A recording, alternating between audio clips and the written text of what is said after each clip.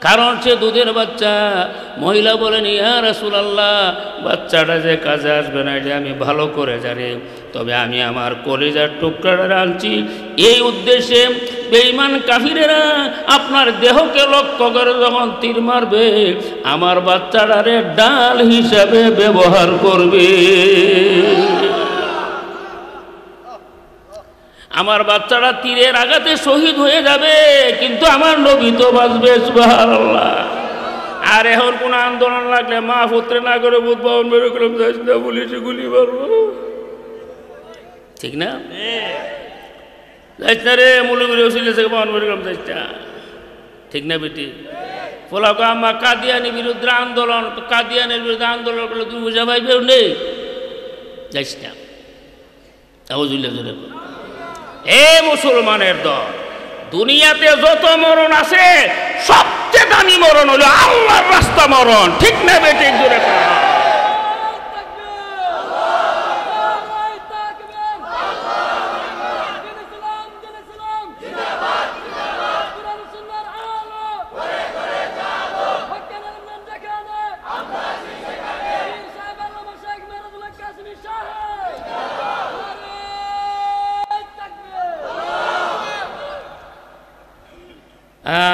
বদরের যুদ্ধে,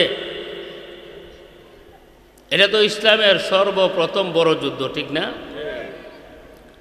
আব্দুর রহমান বিন আউফ রাদিয়াল্লাহু তাআলা আনহু বলেন, আমি যুদ্ধের মাঠে হঠাৎ করে দেখি আমার পাশে ছোট ছোট দুইটা ছেলে। তখন আমি মনে মনে আক্ষেপ করলাম, আজকে যদি দুইজন বীর পলোয়ান হইতো তো যুদ্ধের মধ্যে আমাকে সহযোগিতা করত, এরা তো কিচ্ছু করতাম না। এমন সময় পোলাক চাষা, আরব দেশও মুরব্বীরারে চাষা ক, আর মুরব্বীরা সুড়ুরারে বাতি যাব, এর একটা অভ্যাসই। এক বাচ্চা বলতেছে, চাষা আবু জেহেল কোনটা? সুবহানাল্লাহ কইতে। আব্দুর রহমান বলল, তুই আবু জেহেল চিন্তা কিতা করবে, তুই তা করতে পারবে? সে বলতেছে, চাচা আল্লাহর নামে শপথ খেয়ে আসছি, হয়তো আবু জেহেলকে মারবো আর নাইলে মরবো। এই প্রতিজ্ঞা করে বদরের মধ্যে লাগছি। সুবহানাল্লাহ। একজনের নাম হলো মুআজ, আরেকজনের নাম হলো মুআব্বিদ। সুবহানাল্লাহ। দুরাগণ এক ছেলে বলেন, এ আমার চাচা, আমরা শুনেছি আবু জেহেল আমাদের নবীকে বহু কষ্ট দিছে, এমন কষ্ট আর কেউ আমাদের নবীকে দেন নাই, ঠিক না বিটি? এই কারণে কসম খেয়েছি হয়তো বদরের ময়দানে আবু জেহেলকে মারুম, নাইলে আমি মরুম। সুবহানাল্লাহ। আপনি শুধু দেখাইয়া দেন, আবু জেহেলকে দেখতে চাই। ওই সময় আব্দুর রহমান বিন আউফ রাদিয়াল্লাহু তাআলা আনহু বললেন, মুআজ রে, ওই যে ঘোড়ার উপরে নাচতাছে ইডার নাম ওই আবু জেহেল। কিতাবের মধ্যে লিখেছেন, বাস পাখি অন্য পাখিদেরকে শিকার করার জন্য যেমন ভাবে আক্রমণ করে, মুআজ আর মুআব্বিদ যাইয়া তেমন ভাবে আবু জেহেলকে আক্রমণ করছে।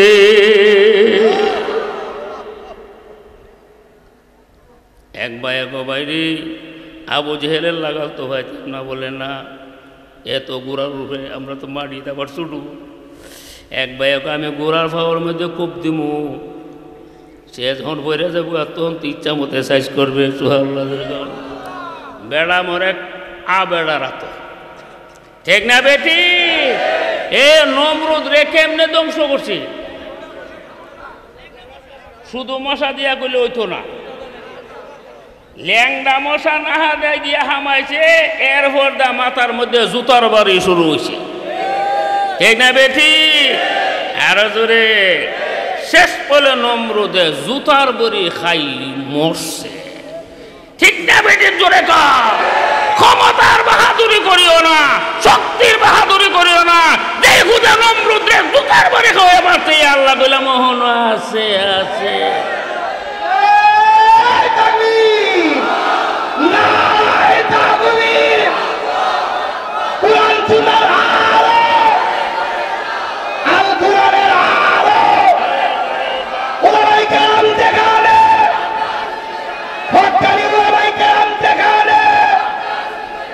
মসজিদ মাদ্রাসা যেখানে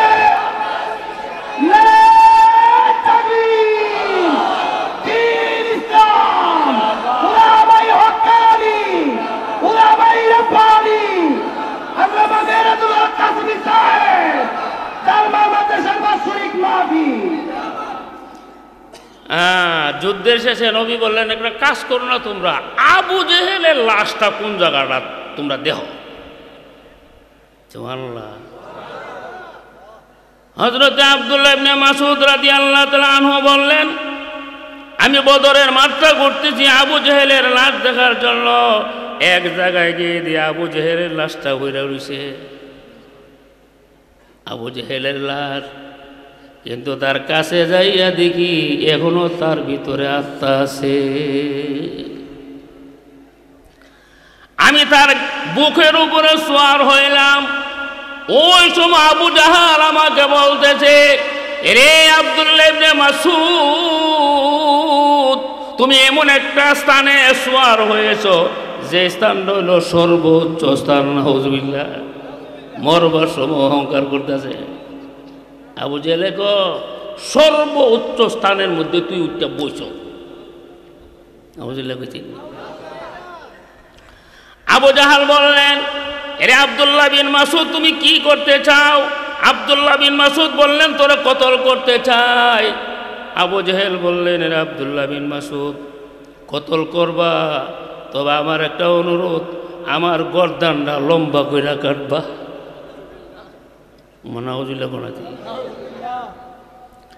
আমার গর্দানটা লম্বা করে মাথাটা সহ কাটবা, আর মোহাম্মদকে জেনে দিবা আমি আবু জেহেলের কাছে যত অপছন্দনীয় জিনিস দুনিয়াতে আজকের কাজটা আমার কাছে এর চেয়ে বেশি অপছন্দনীয়। এ মরণ দেখতেছে, তার মস্তক দ্বিখণ্ডিত করে দিবে, এরপরও কালেমা পড়তে রাজি না। ঠিক না বেঠিক? আরো সে অহংকার করেছে, কারণ হেদায়েতের মালিক তো নবী না, হেদায়েতের মালিক আলেম ওলামা না, হেদায়েতের মালিক হইল একমাত্র আমার আল্লাহ।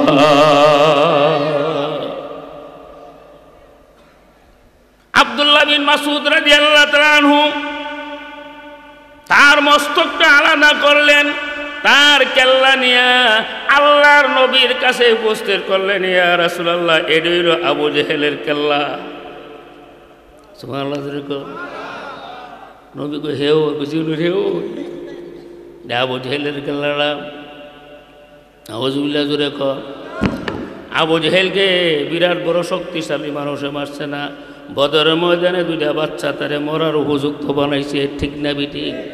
আমার আল্লাহ যখন ইচ্ছা করে ইসলামের খেদমত নেওয়ার, যখন ইচ্ছা করে ছোট ছোট মানুষ দিয়েও ইসলামের খেদমত দিতে পারে। ঠিক না বেঠিক?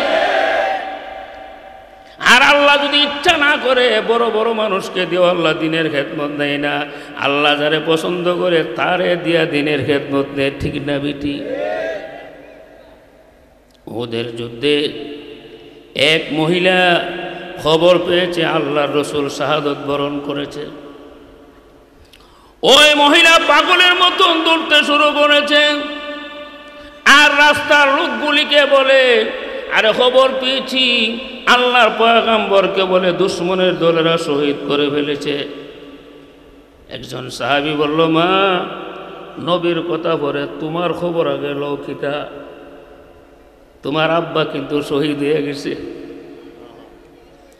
2 নম্বর তোমার ভাই শহীদ হয়ে গেছে। 3 নম্বর তোমার স্বামী শহীদ হয়ে গেছে। এই 3টা শহীদ হয়েছে উহুদের ময়দানে। এটা বলতেছে, আল্লাহর বান্দা, এটা আমার কোনো দুঃখ নাই, 3 জন শহীদ হয়ে গেছে।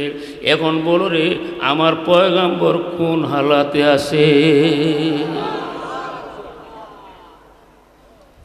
একজন সাহাবী বললেন, রে মা, 3 জন তোমার পরিবারের মধ্যে শহীদ হয়ে গেল, এরপরও তুমি তাদের ব্যাপারে কোনো দুঃখ করো না। নবীর কথা তুমি বলতেছ, তবে সুখবর গ্রহণ করে নাও, আল্লাহর নবী উহুদের ময়দানে জীবিত অবস্থা আছে। মহিলা বললেন, তোমরা যতই আমারে বোঝাও আমি মানতাম না, নবীর চেহারা যতক্ষণ আমারে না দেখাইবা। আমার একটা নজর নবীর চেহারা দেখায়া দাও, এরপর আমার মনের মধ্যে শান্তি আসবে। এবার আল্লাহর নবীকে ওই মহিলারে যখন দেখাইছে, তখন মহিলার দিলের মধ্যে শান্তি এসেছে। তারাই ছিল আশিকে রাসূল, তারাই হইল আল্লাহর নবীর আশিক। জুড়ে বলেন ঠিক না বেঠিক? স্বামী মারা গেল আফসোস নাই, বাবা মারা গেল আফসোস নাই, ছেলে মারা গেল আফসোস নাই। আমার নবী যদি জিন্দা থাকে আমার কোনো মুসিবত না। ঠিক না বেঠিক? আমার মা বোন যদি খবর পাইতো স্বামী মারা গেছে, কিতা করলো? ছেলে মারা গেছে কি করলো? ছেলে মারা গেছে কি করলো? বাপ মারা গেছে কি করলো? সুবহানাল্লাহ। ওই মহিলারা সিদ্ধান্ত দিয়েছে, আমার 3 জন শহীদ হয়েছে, আমার নবী যখন জীবিত আছে আমার আর কোনো মুসিবত নাই। সুবহানাল্লাহ জোরে কোন। এ মুসলমান ভাইয়েরা, ইসলাম এইভাবে দুনিয়াতে আসেন নাই। সাহাবায়ে কেরামদের কোরবানি আছে না নাই? আরো জোরে কোন। সাহাবারার কোরবানি আছে, সাহাবিয়া মহিলারাও কোরবানি আছে। তারা নারী পুরুষে ইসলামের জন্য জীবন দিয়েছে, ইসলামের জন্য অর্থ সম্পদ দিয়েছে। আল্লাহ ইসলাম দ্বারা চমকায়া সমস্ত পৃথিবীর মধ্যে আমার আল্লাহ ইসলাম ছড়ায়া দিছে। ঠিক না বেঠিক জোরে কর? এই কারণে আল্লাহ কয়, ইন্নাল্লাহা আশতারা মিনাল মুমিনিনা আনফুসাহুম ওয়া আমওয়ালাহুম বিআন্না লাহুমুল জান্নাহ। সুবহানাল্লাহ।